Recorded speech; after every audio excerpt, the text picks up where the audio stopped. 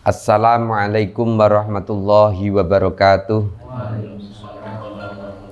Ila hadratin Nabi Mustafa Muhammadin sallallahu alaihi wasallam wa azwaji wa auladi wa ashabi minat tabi'in wal ulama'il amilin wasyuhada was salihin minal muqarrabin minal muslimina wal muslimat wal mu'minina wal mu'minat wa nahussu khususan mu'alif hadal kitab syarah al-jurmiyah. Summa ila hadrat jami' ustadina wa masyayikhina wa masyayikhina summa ila hadrat jami' auladina wa azwajina wa abaina wa ummahatina wa nahussu khususahum jami'a talamidana ifta qulubahum bi futuhil arifin lahumul fatihah. Bismillahirrahmanirrahim. Alhamdulillahirabbil alamin arrahmanir rahim maliki yaumiddin. Iyyaka na'budu wa iyyaka nasta'in ihdinas siratal mustaqim siratal ladzina an'amta 'alaihim ghairil maghdubi 'alaihim waladdallin. Bismillahirrahmanirrahim. Bismillahi kelawan nyebut asmane Gusti Allah. Ar-Rahmani kang maha welas asih ing dalem donya, Ar-Rahimi kang maha welas asih ing dalem donya lan akhirat. Al-kalamu utawi kang aran kalam, huwa hiya al-kalam iku al-lafdzu lafat. Al-murakkabu kang den susun, al-mufidu kang maidai bil wad'i kelawan disengaja.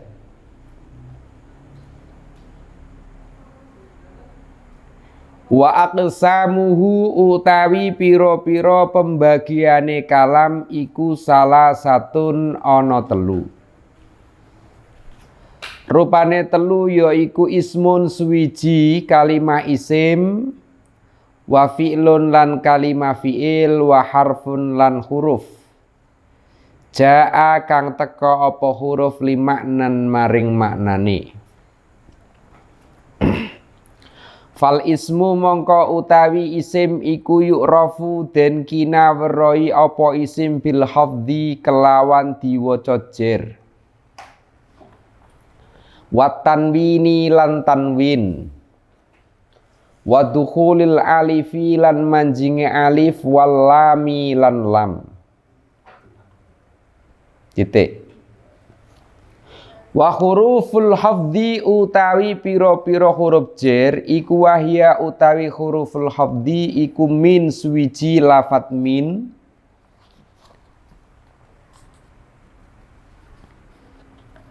wa ila lan ila, wa an lan an, wa ala lan ala, wa fi lan fi, wa ruba lan ruba, wal ba'u lan ba, wal kafu lan kaf, wal lamu lan lam. Titik. Wa huruful qasami utawi pira-pira huruf qasam iku wahya utawi huruf qasam al wawu suwiji huruf wawu, wal ba'u lan huruf ba, wa ta'u lan huruf ta.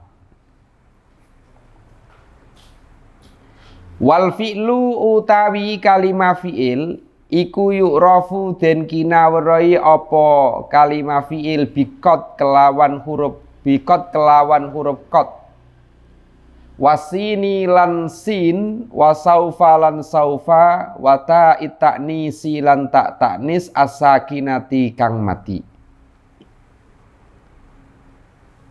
Wal harfu utawi huruf ma iku perkara la yasluhu kang ora patut. Ma'ahu sartane huruf apa ma'ahu sartane ma apa dalilul ismi dalile kalimah isim, wala dalilul fi'li lan ora dalile kalimah fi'il. Titik. Yang dinamakan kalam halaman 2. Yang dinamakan kalam yaitu lafadz yang disusun dalam kurung murakkab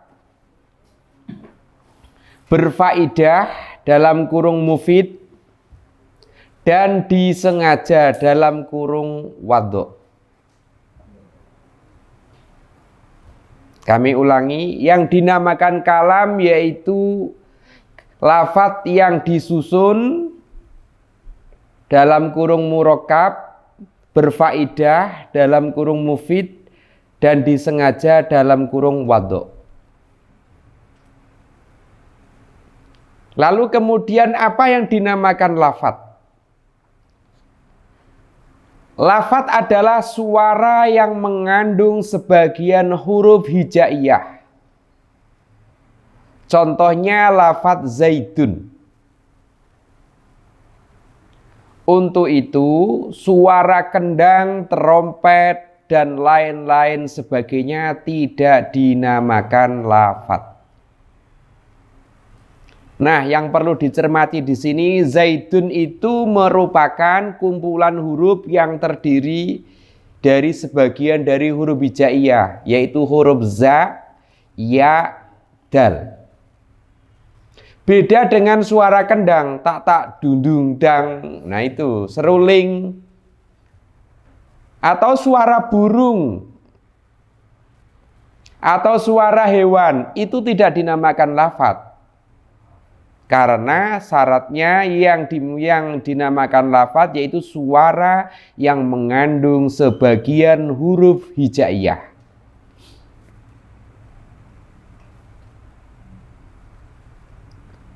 Nah, ketika saya menyebut nama Awaluddin, itu lafadz.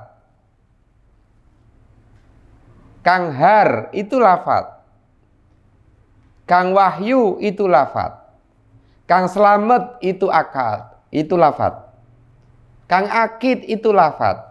Kang Nur, itu juga lafadz. Karena Awaluddin, Har, Kang Slamet, Wahyu, Kang Akid, Kang Nur ini rangkaian dari huruf hijaiyah.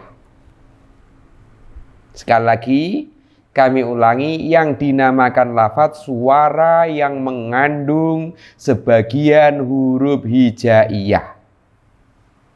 Maka di sini ditegaskan suara kendang, terompet dan lain sebagainya tidak dinamakan lafadz. Alasannya karena tidak mengandung huruf hijaiyah. Yang nomor 2, murakkab. Apa artinya murakkab? Lafadz yang tersusun dari 2 kalimat atau lebih. Contohnya qoma zaidun atau qad qoma zaidun. Untuk itu, seperti lafadz qoma saja atau zaidun saja tidak dinamakan murakkab. Maksudnya murakkab di sini 2 lafadz yang digabung menjadi 1. Itu baru namanya murakkab, disusun antara koma dan zaidun. Kalau koma saja itu bukan murakkab tapi lafadz, ya. Zaidun itu lafadz tapi belum murakkab. Lah biar murakkab antara koma dan zaidun dipadukan. Atau contohnya qad qoma zaidun. Ini artinya murakkab, tersusun. Tersusun. Terus yang nomor 3 yaitu mufid. Mufid adalah ucapan yang sudah memberikan faedah dengan sempurna. Sehingga bagi mutakalim tidak butuh mengulang dan bagi sami tidak butuh bertanya lagi. Untuk itu, lafadz inqoma zaidun tidak dinamakan mufid. Penjelasannya, mufid itu ucapan yang sudah memberikan faedah dengan sempurna sehingga bagi mutakalim artinya orang yang berbicara tidak butuh mengulang, dan bagi sami orang yang mendengarkan tidak butuh bertanya-tanya lagi. Nah ini itu artinya mufid. Mohon maaf, kadang-kadang ada orang berbicara itu yang diajak bicara bertanya, apa sih? Apa sih? Nah itu karena kalimatnya belum berfaedah dengan sempurna. Ya, karena belum berfaedah dengan sempurna. Seperti lafadz ingqoma zaidun di sini itu artinya jika Zaid itu berdiri. Pantas saja jika ingqoma zaidun jika Zaid sedang berdiri. Terus ngopo? Lah ini karena masih menyebabkan orang yang mendengarkan itu bertanya-tanya. Nah, kalimat yang seperti itu kalimat yang belum berfaedah dengan sempurna. Oleh karena itu, hindari kalimat yang tidak berfaedah. Masalahnya apa? Menyebabkan pendengarnya bertanya-tanya melulu. Maka kalau ada orang kok ketika berbicara, kok kita ini nggak paham-paham, jangan-jangan kalimat yang disampaikan itu belum berfaedah dengan sempurna. Kalau saya bilang begini, Kang Awal madang. Nah, kalimat seperti itu sudah mufid apa belum? Jenengan kira-kira yang mendengar muncul insting langsung ingin bertanya lagi apa sudah cukup? Kang Awal madang. Ya, selama ini kalau kalimat seperti itu sudah mufid apa belum? Wong kalimat itu saja masih menimbulkan dua penafsiran. Ada kalanya yang memang sudah sempurna bagi orang yang memahami, ada kalanya belum sempurna bagi orang yang belum paham. Madang opo? Baru muncul jawaban madang karo gesek. Lalu orang yang diajak ngomong moh. Itu karena ya ini berarti kalau dipahami kalimat ini belum mufid. Bisa dipahami? Nah, yang terakhir itu wadho. Wadho adalah ucapan yang disengaja. Untuk itu, ucapan orang yang tidur atau lupa tidak dinamakan wadho.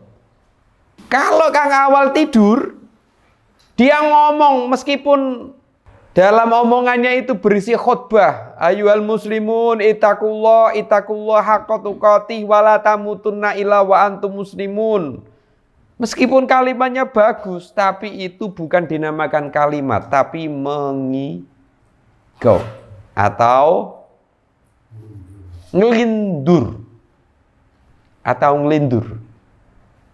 Nah, dari sini kita bisa memahami ternyata sebuah kalimat, bangunan kalimat itu ada lafadz, ya, ada murokab, ada mufid, ada wadho. Kalimat yang sempurna terdiri dari lafadz, murokab, mufid, wadho. Nah, kalimat yang tersusun, ya, yang berfaidah dan disengaja. Sampean ngomong tapi nggak sengaja itu tidak dinamakan kalimat yang sempurna karena tidak ada unsur kesengajaan. Ya, contohnya orang lindur itu nggak ada kesengajaan. Mbok kalimatnya itu puitis sekali, itu bukan dinamakan kalimat. Apa kira-kira? Karena nggak ada maksud dari hatinya, gitu ya. Tidak ada maksud dari hatinya. Nah, saya ulangi. Kalam adalah lafadz yang disusun, berfaidah dan disengaja. Lalu definisinya lafadz adalah suara yang mengandung sebagian huruf hijaiyah. Huruf hijaiyah itu alif, ba, ta, sa, jim, ha, kha, dal, dzal, ra, za, sin, shin, shad, dhad, ta, dha, do, ain, ghin, fa, qaf, kaf, lam, mim, nun, wawu, hamzah, lam alif, hamzah. Ya, jumlahnya berapa? 28 apa 30? Lam alif. Nah, ternyata terjadi perdebatan. Diulang lagi. Alif, ba, ta, sa, jim, ha, kha, dal, dzal, ra, za, sin, shin, shad, dhad, ta, dha, ain, ghin, fa, qaf, kaf, lam, mim, nun, wawu. Ha, lam alif, hamzah. Berapa? Bilangmu 28 ya. 28 ya. Nah, itu. Jadi lafadz itu harus merangkum dari huruf-huruf yang ada dalam hijaiyah itu. Maka huruf hijaiyah itu huruf Arab. Lah kalau huruf Indonesia itu termasuk hijaiyah apa tidak? A, B, C, D, E, F, G, H, I, J. Nah, ini perdebatan lagi. Yang penting kita ketahui lafadz itu ya suara yang mengandung sebagian dari huruf hijaiyah. Contohnya zaidun, funun, mana ya, akid itu ada akid itu hamzah, kaf, dal gitu. Nah, itu huruf itu Arab apa bahasa Tarsan? Nah, sekarang pertanyaan saya, bahasa yang disampaikan oleh Tarsan itu sudah kalam apa belum? Ini kalam apa enggak? Belum, karena apa? Wong lafadznya saja itu tidak mengandung huruf hijaiyah Arab, begitu. Nah, di sini nanti di waduk penjelasannya itu harus bahasa Arab. Kalau tidak bahasa Arab tidak dinamakan kalimat. Lah ini yang repot orang Indonesia. Saya makan tidak dinamakan kalimat kan repot. Kalau dilihat ya saya ya sin, ya alif. Lah itu bagian dari huruf hijaiyah, ya tetap dinamakan kalimat. Wah, ini mendiskriminasi untuk orang Indonesia ini kalau bahasa Arab.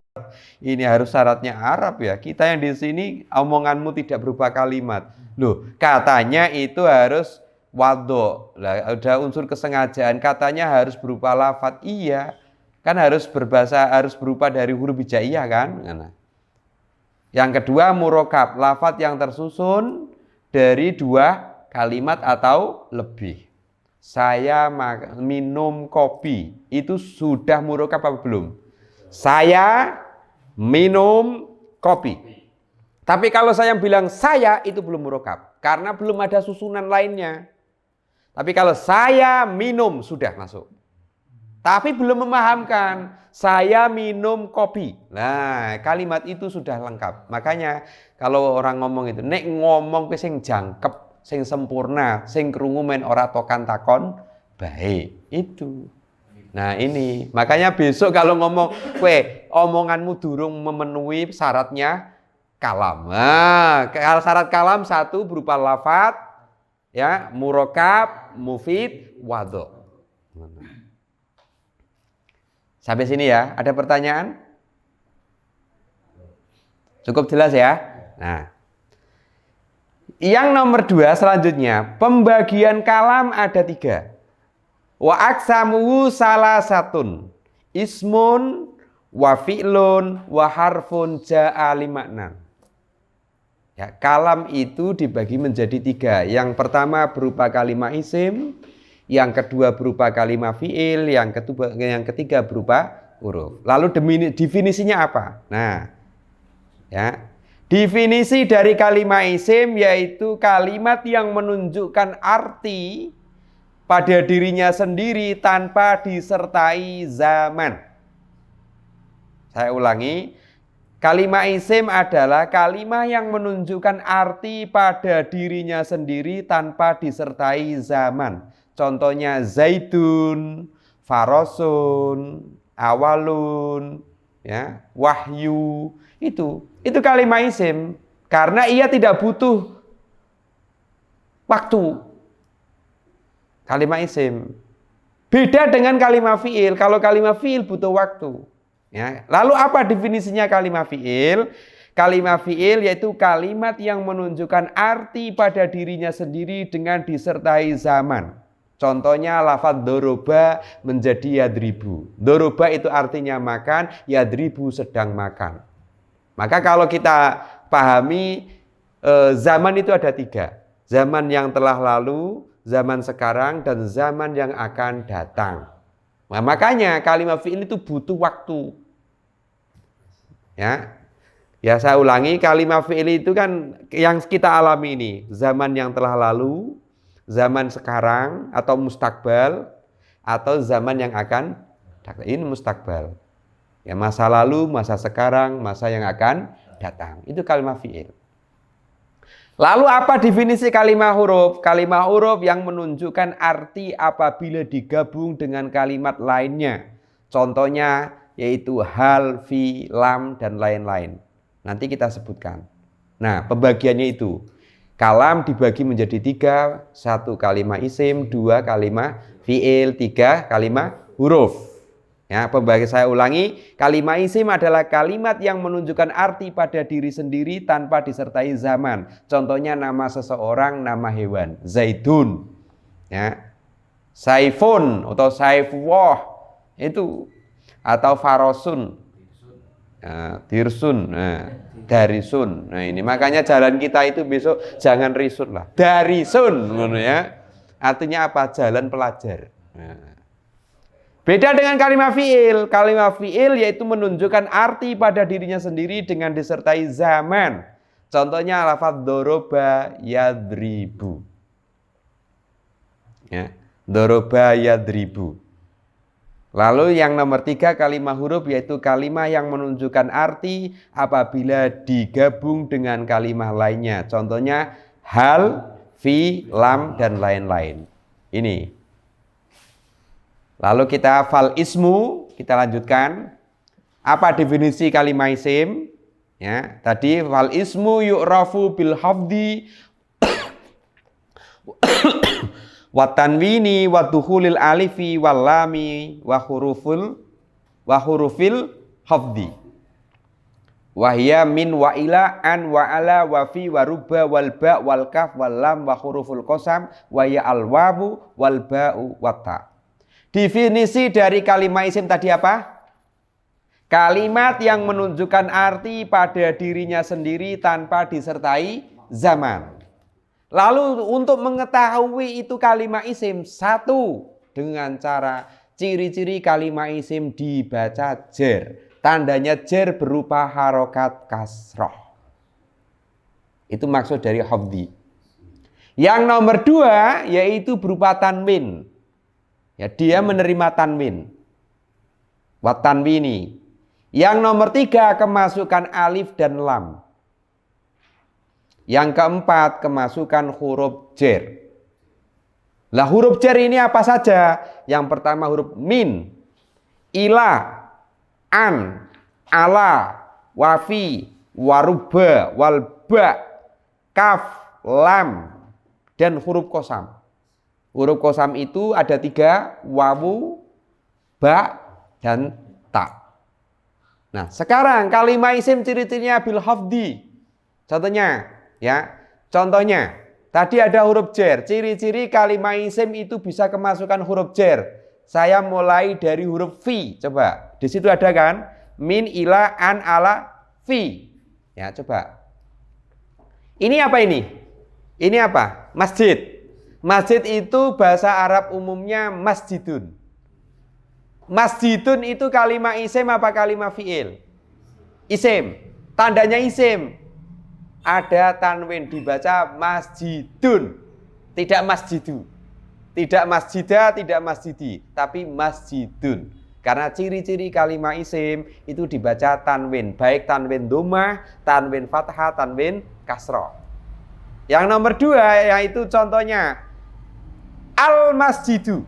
Nah, al-masjidu. Maka ini otomatis kalimat isim. Karena akan masukkan huruf al. Ciri-ciri kalimat isim kemasukan huruf al. Al-masjidu.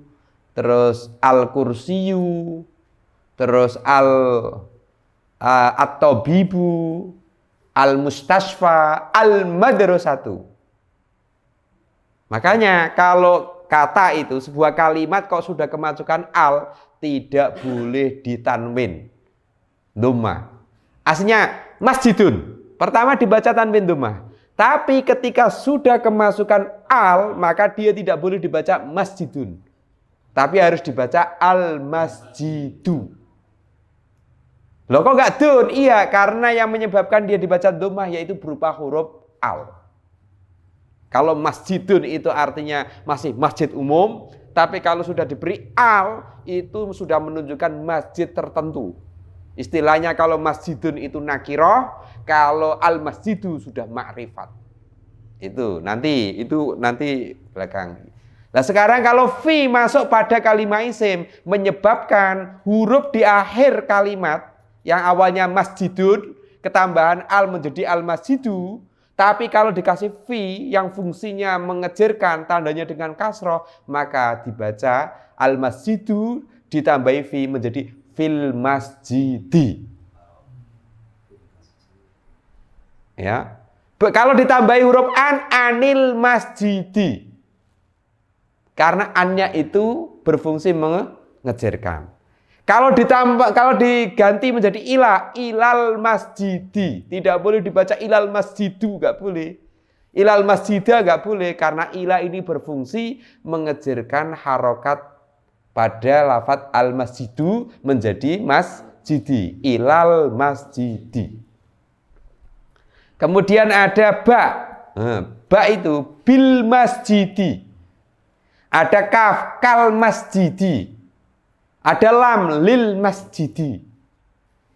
Ya. Nah, beda halnya huruf qasam. Huruf qasam itu huruf yang digunakan untuk bersumpah. Kalau dalam bahasa Arab sumpah itu menggunakan 3 kata.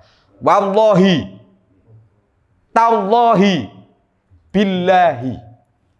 Maka 3 huruf ini untuk sumpah. Kalau orang sudah sumpahnya tallahi, lillahi, wallahi, wah itu sudah sundul langit itu, melebihi sumpah pocong. Nah, ya billahi, aku tidak melakukan apa-apa. Wah itu urusannya dengan Allah. Tallahi, tapi kadang-kadang ya lambine saja, neng ati ini ya bodol sian ya.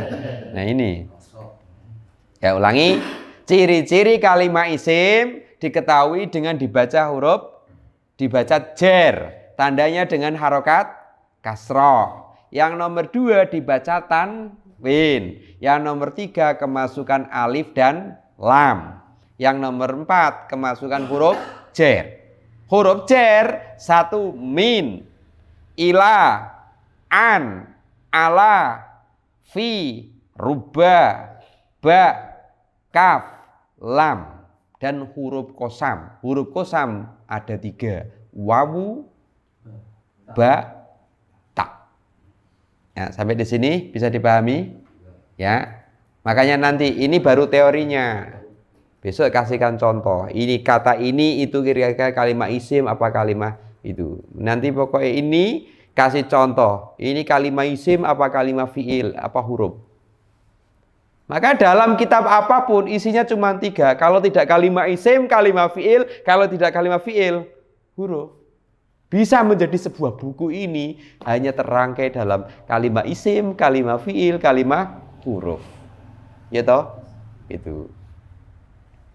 Nah, sebelum sampai ini saya rampungkan ya. Lalu yang nomor 2, untuk mengetahui kalimat fiil. Di sini wal fi'lu yu'rafu biqad wasin wasaufa wa ta'it ta'nisi as-sakinah. Ya.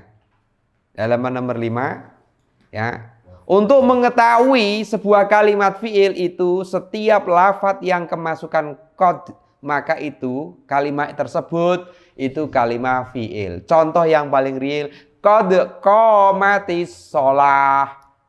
Itu qad yang masuk pada qomat, maka kalimat qomat itu merupakan kalimat fiil. Begitu juga sin. Nah, begitu juga saufa. Kala saufa ta'lamun. Ta'lamun ini kalimat fiil karena kemasukan huruf saufa. Begitu juga ta'it ta'nis, qad qomat. Mat itu taknya tak mabsutoh ya, tak yang terbuka itu masukkan tak.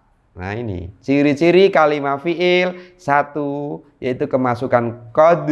Yang nomor 2 sin. Yang nomor 3 kemasukan huruf saufa, lafadz saufa. Yang keempat kemasukan huruf tak yang dibaca sukun. Ya ini yang dinamakan tak ta'nis as-sakinah. Lalu yang ketiga Ya, cara mengetahui kalimah huruf yaitu wal harfu ma la yasluhu ma'ahu dalilul ismi wala dalilul fi'li. Ciri-ciri kalimah huruf itu tidak menerima cirinya kalimat fi'il, begitu juga tidak menerima ciri-cirinya kalimah isim. Sampai di sini, ini teorinya begitu. Nah, sekarang di sini ada ya. Apa yang dinamakan huruf? Nah, huruf adalah kalimat huruf adalah kalimat yang tidak patut dimasuki alamat kalimat isim dan juga alamat kalimat fi'il. Tadi alamatnya isim apa saja? Kalimat ya dengan dibaca jer, satu. Yang nomor 2 dibaca tanwin. Yang nomor 3 kemasukan alif dan lam. Atau yang terakhir yaitu kemasukan huruf jer. Huruf jer 1 min, ila, an, ala, fi, waruba. Terus ba, kaf, lam, huruf qasam. Huruf qasam ada 3 yaitu wawu, ba, dan ta. Nah ini. Oke, sampai di sini. Tadi ya, yang dinamakan kalam yaitu kalimat lafaz yang disusun, yang berfaedah dan disengaja. Ya, lafaz tadi apa? Dibaca yuk bareng-bareng. Lafaz adalah, coba dibaca bareng. Yang dinamakan kalam. Kalam adalah lafaz yang disusun dalam kurung murakkab, berfaedah dalam kurung mufid, dan disengaja dalam kurung wadho. Lafaz adalah suara yang mengandung sebagian huruf hijaiyah. Contohnya lafaz zaidun. Untuk itu suara kendang, trompet, dan lain sebagainya tidak dinamakan lafaz. 2. Murakkab adalah lafaz yang tersusun dari 2 kalimat atau lebih. Contohnya koma zaidun dan qad koma zaidun. Untuk itu seperti lafaz koma saja atau zaidun saja tidak dinamakan murakkab. Terus mufid. Mufid adalah ucapan yang sudah memberikan faedah dengan sempurna, sehingga bagi mutakalim tidak butuh mengulang, dan bagi sami atau pendengar tidak butuh bertanya-tanya lagi. Contoh untuk itu, lafaz ingkoma zaidun tidak dinamakan mufid. Lalu wadho. Wadho adalah ucapan yang disengaja. Untuk itu ucapan orang tidur atau lupa tidak dinamakan wadho. Pembagian kalam ada 3, yaitu berupa kalimah isim, kalimah fi'il, dan kalimah huruf. Ciri-ciri kalimah isim, di 1 dibaca jer, ditandai dengan harokat kasroh, lalu dibaca tanwin, lalu kemasukan al, ya, alif lam, lalu kemasukan huruf jer. Huruf jer ada berapa? 1. Min, ila, an, ala, fi, waruba, ba, kaf, lam. Terus huruf qasam. Huruf qasam ada 3, wawu, ba, ta. Terus apa yang dinamakan ciri-ciri kalimat fi'il? Kalimat fi'il dapat diketahui dengan qad, sin, tanfis, saufa, taswif, ta, taknis, sakinah. Lalu kalimat huruf, ya, kalimat huruf adalah kalimat yang tidak patut dimasuki alamat kalimat isim dan juga alamat kalimat fi'il. Gitu ya. Nah, ini yang perlu dipahami. Ya, saya kira cukup sekian materi pada malam hari ini terkait dengan definisi kalam. Ya, definisi kalam. Dan semoga apa yang saya sampaikan ini bisa bermanfaat bagi kita semua, dan kalau belum paham bisa membaca buku ini biar nanti kita menjadi paham. Demikian yang dapat kami sampaikan, kurang lebihnya kami mohon maaf. Saya akhiri, wallahu a'lam bishawab. Wassalamualaikum warahmatullahi wabarakatuh.